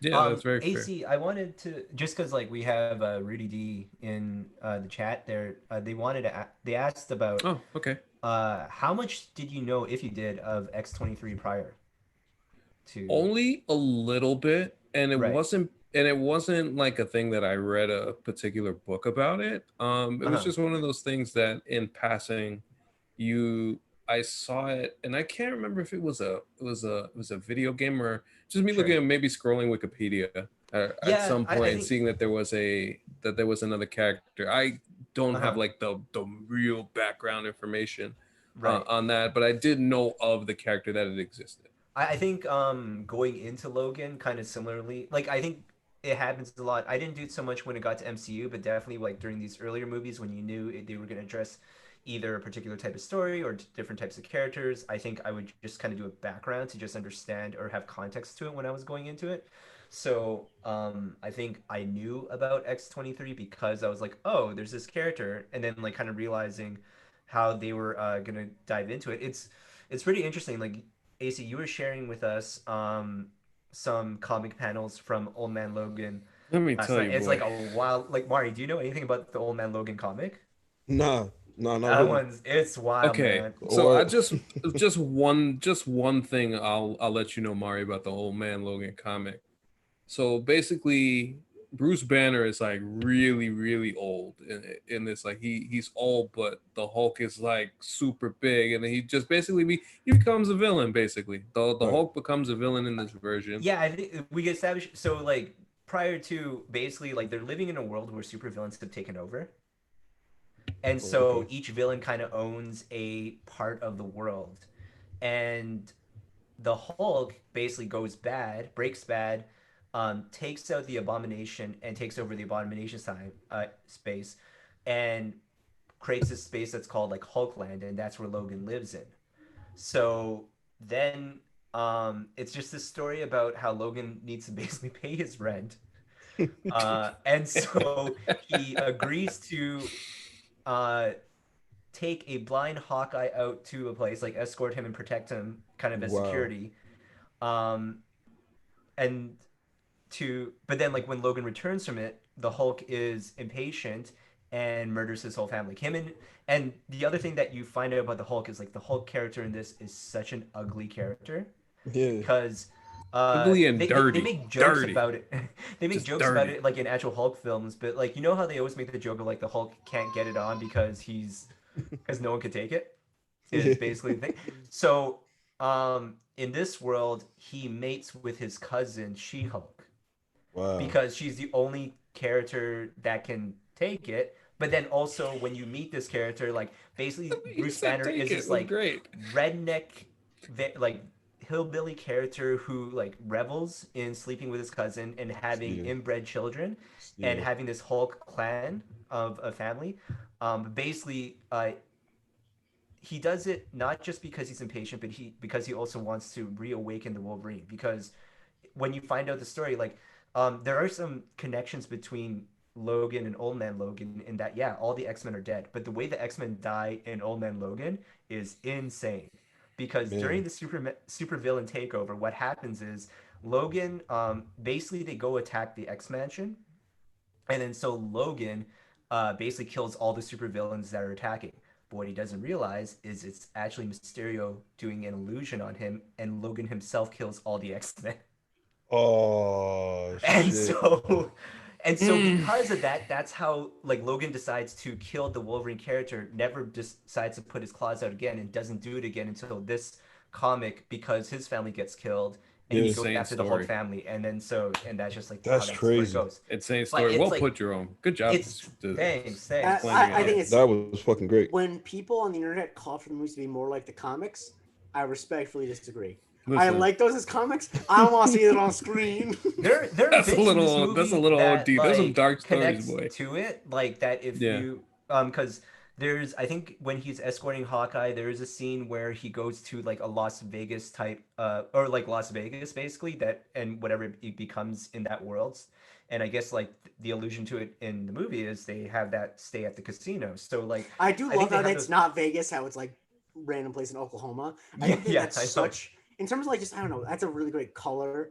And also like some of these movies are directed by like some random British or like dude who doesn't speak English. Like I appreciate movies directed by someone from America because like there's such a peculiarity of all these because people who don't live in America will be shocked by how many small towns across the country have like giant casinos and then nothing else. And I Yeah. love Right. that's where that takes place. It's so much more interesting than if it took place in Vegas because it very easily could. But like no, I mean, this is some bumfuck casino in Oklahoma that's massive, in a but like it's post Tiger nowhere. King world, anything is possible. Is what Oh, I that would is true. say. That's true. Yeah. Yeah, you So, now the world knows what Oklahoma is. exactly. But yeah, no, it's interesting how yes, it is a movie that is kind of like it's his original story, like James Mangold um and Hugh Jackman get to create like the story that they want. But like when you dive deep and make those connections, like you realize they are so true to the material, Mm-hmm. but Yeah. like without kind of going in those like really weird directions that you could just never Yeah. put to film. And it's impressive. Like you can tell that Hugh Jackman really loved the character, and when you finally let him actually like treat the character that he wanted to, like you get this brilliant movie out of it. Did either you or Mari have like a favorite line that stood out? Anything in particular? I think so. It was Professor X when he said to him, like, I always know you, but sometimes I just don't recognize you. That's a good That one. was really good. That's really good. That's just an ill line just in life. And period. also, that's You know what I honestly mean? like really true to what like dementia and stuff does to people. Like that's like a Yeah. sentiment. Right. No, I'm serious though. Like Yo. that's like a real sentiment that like that feels real. It's like wow, like because I don't know. It's also crazy to see Patrick Stewart. Like it's one thing if like you're like a 38-year-old guy who loses like 50 pounds for a movie. Patrick Stewart's like 75 and he lost 20 Yeah. pounds. Like that's like dangerous. Right. Like Yeah. shouts to Yeah. him for Right. like imagine being facts. 70 years old and be like I'm regular size. I'm gonna lose 20 pounds. Yeah, that's pretty Good for insane. him, man. That's Like I wouldn't even say specific lines, but like I'll take anything where like Professor X is like dropping F-bombs and just like Yeah. swearing Yeah. throughout. Like it's Just a so curmudgeon. good. Yeah. Yeah, just a curmudgeon. I just thought that whole exchange when Logan found out that Laura could talk was just hilarious. The frustration That's a really was good just scene. it's just perfect. Yeah. what I learned from the IMDb trivia section of this movie is that apparently came about because, and I was looking at this. I was looking for another piece of trivia, but I saw this. So I got to retract something I said earlier. Apparently, Gaffney Keane can speak fluent Spanish already, so I apologize. But it's because when they were doing their audition, they were doing a scene where they were supposed to improvise, and Hugh Jackman was saying his lines for that scene, and she just interrupted him by yelling at him in Spanish, and that's what they put in the movie because it was in the audition. She just like started doing that, and it's so funny. Like it's so funny because he doesn't know what to do. Yeah. Because Yeah. like both, it's like he's shocked she can speak, but also she's speaking Spanish. Yeah, and he Right. just is so dumbfounded. They go, "Shut the fuck up!" And it's just like so. It's just like it was just so cool. He wanted her to talk, and then he's Yeah. like, "No, I don't want you to talk anymore," because she keeps going Yeah. in Spanish. It was pretty amazing. Okay, so I did want to close out with the X-Men question because that's that obviously at some point we'll get to them. There's so many different avenues of content, and it may take longer with what's happening currently in our world. So, in terms of the X-Men, is there like one particular thing you would like to see them do with the X-Men? Mari, I'll start with Yep. Gambit. That's it. you. That's it.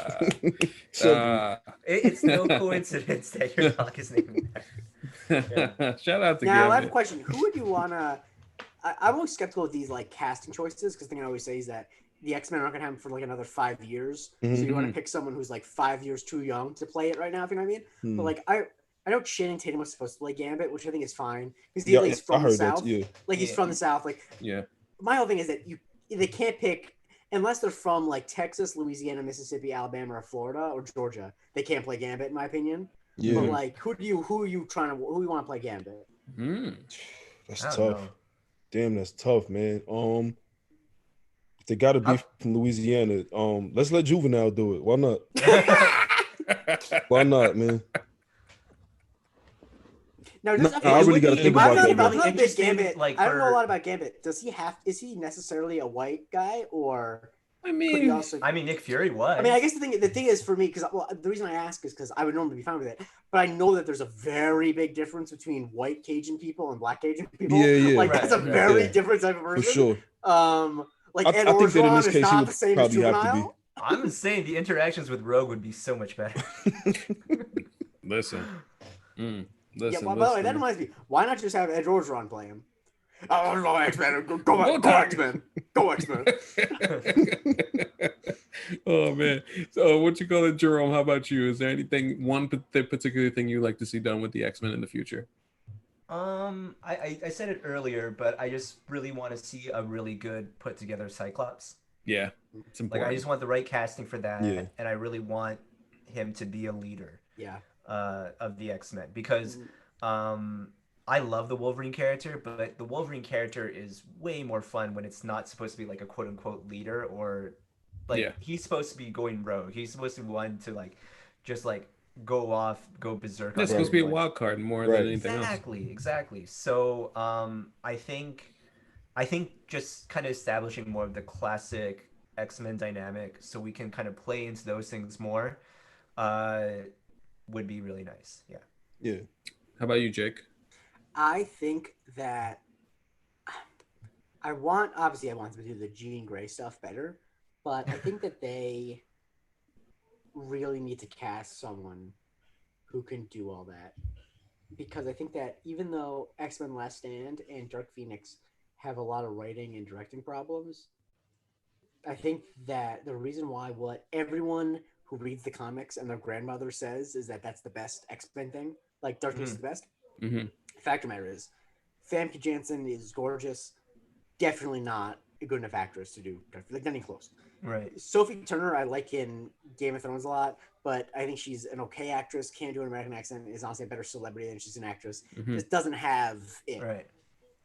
I always think about what if, because she was in Dark Phoenix, what if in an alternate universe where the X-Men franchise started in like 2010, if Jessica Chastain was cast as Jean Grey, that's what I want. Someone who's like that good of an actor, because that character has like both times where they've rebooted the franchise, when they've had the Dark Phoenix storyline, I thought, why the hell are they focusing on this character? This character's not interesting. They're not like the person's not compelling. And like it kind of felt forced on. Like no one was watching X-Men and X-Men United and thinking, I want a movie about Jean Grey being compelling. Because like she just wasn't. Right. I just want them to cast someone where it's like, this is the star. Because even though obviously I want Cyclops to be big and Wolverine, Professor yada yada yada, but like both franchises have tried to position Jean Grey as someone you care about, and I'm always like, no, not really. Like she's fine, whatever. Right. And so I want them to do that right, because I didn't read the comics. I want to see what everyone who loves Dark Phoenix says. I want to see that. Animated series did it way better. Jeez. Yeah, and I actually want to ask you that question, AC, because you bring that up. Because we see it with MCU, and we definitely see it with Logan here. We just talked about it. Can we stay that true to the source material? Like, does it translate well? Because not just like it's older for one, and also just like I know the Dark Phoenix story. Like, it'll be really cartoonish if you put that into a live action film. Yeah. Okay. So this kind of leads me to kind of what I want to see the X-Men do. I think they can definitely lean into more of the space aspect of the characters, the Starjammers, Lilandra.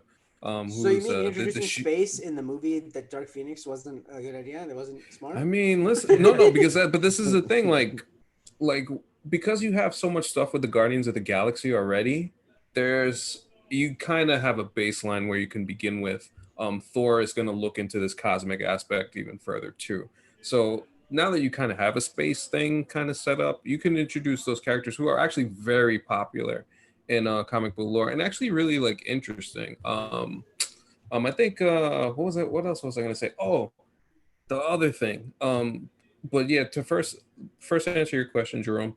Yeah, they probably could do it, but I don't think they need to at this point. No, right. There's no need to. There's so many things that you can explore. I almost kind of would like to see a Spider-Man treatment, in that they kind of exist already. Yeah. You know, I actually don't know. I actually feel like I feel the exact opposite way. I want them to start with the First Class type thing, but in like 2022. Like I would love that. Okay. That'd be interesting to me, because I think that I like Patrick Stewart as Professor X a lot. However, I think the most interesting, other than Wolverine, I think the most interesting performance in any of the X-Men movies is Michael Fassbender as Magneto. I think he is for sure. You're right. So I don't want to start with old Magneto again, because Ian McKellen's a great actor and he's cool in X2. No, we don't need to do old Magneto. But I don't know about like origin stories. Yeah, right? We could do like 30s. We could do him in his 30s, Magneto. Yeah, I actually wouldn't mind that. I think it'd be cool if like it started with like you start Professor X and like a couple other people are trying to build a school and like they're trying to find people. I think that like if you start like basically an hour into First Class and make that and like start off with the movie, I think it's interesting, because like I love the young Magneto character. I mean, also I don't know how you do it without making Nazi Germany a thing. I don't know. We'd have to rewrite that. Honestly, I think you know what actually might be fascinating if you like retrofit it to like whatever conflict would be 30 years beforehand. So like let's say you make him like a Serbian refugee who's going back into like Serbia and killing, you know, a bunch of people who are in like the genocide or whatever. You know what I mean? Like I think that even would be interesting, rather than having to, because like the Nazi thing, eventually we're gonna get to a point where you can't have characters whose origin stories involve Nazis anymore because everyone who's alive then will be dead. So I think that'd be interesting if you were to retrofit it back to that. Anyway, I'm falling out loud. I would be remiss. We have Mari on the pod, and I have to mention that another thing that I would like to see is Rogue get a full storyline where, just like the books, she steals Captain Marvel's. That's something that I would like to see. Wait, AC, you cut out completely? Yeah. She steals Captain Marvel's what? I thought he was saying, I thought I was about to say, he said something crazy right there. Yeah, steals Valkyrie. Give me wild. Give me. I want to see it. Can you hear me now? Yeah. Yes. No. So in the books, Rogue steals Captain Marvel's powers. Okay. What you call it? Because obviously her powers is How does she steal them? That's what I want to see. It's through a touch. I'll give you a hint. It's a town. It's a word. It's a couple syllables. Oh, Mari, you're the best man. Coincidentally, it's actually a town in Pennsylvania, and it rhymes with Mintercourse. Listen, man, I was sold at Captain Marvel, so I'm here. Right. You and me both, Mari. Yeah. So I think that would be really, really fun if they actually delved into that, because it's like Captain Marvel doesn't have very many weaknesses. The fact that this caused so that's why you wanted them to go to space, is what you're saying. I mean, yeah, there's so many different avenues you can touch, and it helps that the MCU has already established the space thing. If it didn't, then I would be like, you don't know. But having the Guardians already kind of helps things out. But I think you get Captain Marvel with her established with some of the stuff that she's gonna do in the future, and then you get a Rogue storyline. You'll make every one of us happy. That's for sure. I think that's I like that. I don't know if that's a good starting point, just because it doesn't have to be it's a easy starting for point. us to say because we know the X-Men characters, but again, like the point about when you have to introduce these characters to a generation of people who may not know them at all, it may obscure the idea of Rogue. Sorry? It's especially Rogue, because when I watched the X-Men movies for the first time like 3 years ago, because I was a little young to watch them when they first came out. Right. And I was shocked by how much Rogue is featured in the first two. And it's like, that was interesting, yeah. She had she's a no big character cultural impact. Now, also, I think that's crazy for any of you movie heads. What's nuts about the first two X-Men is Anna Paquin gets the fucking "and" credit on those movies. She's like 18. She got the "and." Anyway. But yeah, I think introduce them from a space side, like especially Rogue. Though I think Rogue they like need mutants to and everything. really introduce, because whereas Wolverine, even Cyclops and Jean Grey, Professor X, all have like the same cultural cachet that Spider-Man had that allowed them not to have to show the origin again. Rogue, like I saw the first two movies and I don't really know that much about Rogue, other than she's a Southern accent. She can like steal your powers if she touches you. Wild part is I'm not even mentioning the Storm T'Challa relationship. So like that's like another we could go on and on. Surrounding back like AC, I think it's just more like I think the space idea works, but I think you need to firmly establish them on Earth first. Mm-hmm. This is true. And on that note, you can't start them in space. Yeah. No, I agree with you. This has been really fun. Shout out to Mariano for coming through. Shout out to y'all, man. Shout out to y'all, man. If Logan were in the MCU, where would it rank for you? Ooh, that's a good question. It'd rank pretty high. Yeah, that's tough. It'd be up there, right? I think like top 5. I think one time before I said it was my favorite. It's okay. It's okay. I'll say this, and this might be controversial. I think it is a better movie than any movie in the MCU. It's not my favorite, but I think it's a better movie than any movie in the MCU. Yeah. It is like a real, like looking back at the 2017 Oscars. I know, I'm the only person who probably cares about the Oscars, but the fact that Hugh Jackman wasn't nominated when fucking Gary Oldman won for that movie that no one saw, where he put on a bunch of fat makeup and played Winston Churchill, and then Denzel Washington, who I love, was nominated for the movie Roman J. Israel Esquire, which no one saw either, and I know that. Bro, you know what's crazy? I love legal movies, and I didn't even see that movie. Wait, I just watched that movie recently, and how is it good? It's better than, and I'll tell you what, they had Colin Farrell in that movie, and I gotta see it. Off. I think it's probably pretty good, But like, It's is okay. Denzel better haven't seen than that Hugh one. Jackman I is don't know though? why I haven't No, seen hell that no. one. Not it's not Right. even close. It's one of those things where Yeah. like I thought it was a joke when I Yeah. saw like his whole His up. Get Up. No, And I I mean was I just know it's like- not because the guys who made that's by Tony Gilroy, who like he basically any cool action movie from the 2000s he wrote all of them. Yeah. I mean, he made one of my favorite movies all the time. Michael Clayton, love that movie. I don't know if you ever seen that. Michael George Clayton's Clooney. good, yeah. Great movie. Yeah. Anyway, so I knew the movie was a joke. But anyway, my point being, Hugh Jackman definitely should have been nominated. Yeah, yeah. hell yeah. Logan Like, would have performed better. definitely. Logan would have Yeah. performed better in that space Now- in a post yeah. Black Panther world. Now, can I ask a question? Can I say something that's pretty ironic though? In 2017, Logan came out. You know, it's another movie that came out in 2017. Another movie I love a lot. I probably like as much as Logan. I think this movie's super underrated. Logan Lucky. Pretty ironic Yeah. because Oh, Logan, okay. the movie Logan, could also be called Logan Unlucky because he's pretty Yeah. unlucky in that movie. Thank you. Full circle. Full circle. Great movie though. Were you gonna If say- any of you were guys you gonna haven't say, seen, not John? you guys, but the listeners No, haven't seen no, Logan just Lucky, it's just in really the good. sense of like Logan kind of not getting that nod, that it really was existing in a world where no one was taking those movies seriously. Like, Yeah. I'd say Logan's better than Joker in my opinion. Oh, not Yes. even close. But no, but I'm just Joker's, saying, like, in a Joker's world like, I don't think Joker's a bad movie, but like Joker's like a 6 out of 10. Now people Yes. OD'd on the Right. whole Joker. Oh my gosh, it's so amazing. Incel mania. Oh my god. Yeah, but no, but I'm just saying, like, in Let this me do world a now where two. Hey guys, like and subscribe if you want me to do a 2.5 hour Joker solo pod. Sorry. Yeah, no, Yeah. you're good. It's yeah, but I think if Logan comes out in kind of like a post Joker world, a post Black Panther world, where we start taking a lot of these movies a little more seriously, like, it would perform a lot better Yeah. in that respect. I would agree. It's a great movie. If it's in the MCU, it easily cracks the top 10 and probably is definitely in the top 6. Right. I just don't know. I would have to think about it before Yeah. before I'd actually rank it. It's unfair 'Cause too because it Spider-Man benefits Far all From this- Home, boy. Right. I mean, I love Spider-Man, so both the Spider-Man movies are in my. I would say my top 3 is in no order because I've been really trying to process them.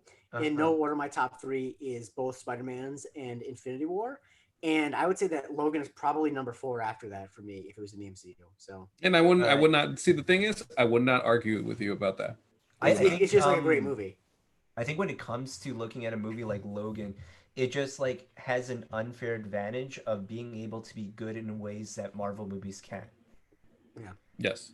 They This better is true. Marvel movies.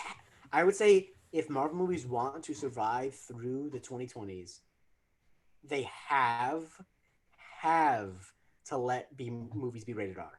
They have to. They Agreed. can't. They won't make it to the 2020s still being relevant if they don't. Because Logan, I looked it up, made $643 million worldwide. That isn't what Marvel needs for every movie. But Logan only costs like $127 million, which is obviously a lot of money. But that's not like Captain Marvel money. So like, they need to be able to have that just be culturally relevant still. Mhm. Because Right. even if they won't be able to make $1 billion off of Logan because it's rated R. But $643 million for an R-rated movie is a lot. So Insane. I think hell that's. I think they have to let movies be rated R. It's not even just the art thing, but like that definitely plays. It's just the fact that if you're in the Marvel system, you have to exist in the universe. Mhm. And so like they just have to make things connected, and you can't. Yeah, have tight it doesn't allow you stories to the way play have outside a the box fight Which like is this why movie did. smaller stories work better. Because like this Yeah. movie involves like it has some stuff that's related to other stuff, but it's a pretty small contained story. Yes. Yeah, So for sure. yeah. For sure. All right. And on that note, like I was saying, Mariano, what a pleasure. As always to have you joining my us. Cat. She's been trying to get on you all day. some FaceTime. Mariano, as always, where can we follow you, my friend? Oh man, listen, man, on Twitter, it's at Mariano, 2 N's, 2 O's. Like I tell your aunt when she asks me for money, man. Yeah. Same thing. Instagram is Telflair, TELFLAIR. That's it, man. Mhm. Yeah, man. The most efficient tweeter in the game by far. Most efficient. Steph Far levels. too kind, man. Absolutely. Jake Christie, our super producer, where can we follow you, sir? You can follow me on Twitter at the J Christie. I do another podcast called The Definitive List, which I haven't updated an episode for in a while, which is kind of ironic because they're in quarantine and so is the other person to go with. She probably shot for the cat. Just I heard it right now. And yeah, rate, review, subscribe to this podcast. drink White Claw, Black Cherry if you want to enjoy yourself. I feel like I'm gonna cut this out. I'm a little drunker than I'd like to be on a podcast. I didn't expect it. Kind of hit me a little bit. I apologize. I was like, ooh, I'm in No public. apologies necessary. I'm in public. You know what I mean? You ever drink and you're like, oh, I'm in public. This is I thought I was in private, but yeah. So listen to this podcast and and also next time I tweet something out asking for retweets so I can shave my beard like Wolverine, retweet it. All good, my man. Jerome Chang, where can we follow you, my friend? Instagram and Twitter, you can find me at Black Dragon Roll. Yeah, that's basically it. And shout out Rudy D, who stuck with us throughout this. That's still the best @ name going, man. That's the appreciate man. That That's the best. Jerome is the best. He really is. Shout out to the Kawhi video from earlier this week. That was I know there was a lot of people who took part in that, but listen, Jerome got the skills, man. He got the power going. The wizard, the internet wizard of the North. As far as I'm concerned, you can follow me on Twitter at ACSpotlight95. If you want to check out my IG account, which these days is basically Josiah content oriented, Poet AC958. And also subscribe to this podcast, obviously on iTunes. Check us out on SoundCloud. We're gonna be wading into some really weird territory over the next couple of weeks. We're hopefully lining up some good guests. I'm really excited about some stuff we have cooking up. Because as Mari being here showed us, whenever we can get another person on here, it's always more fun. So for sure, no question.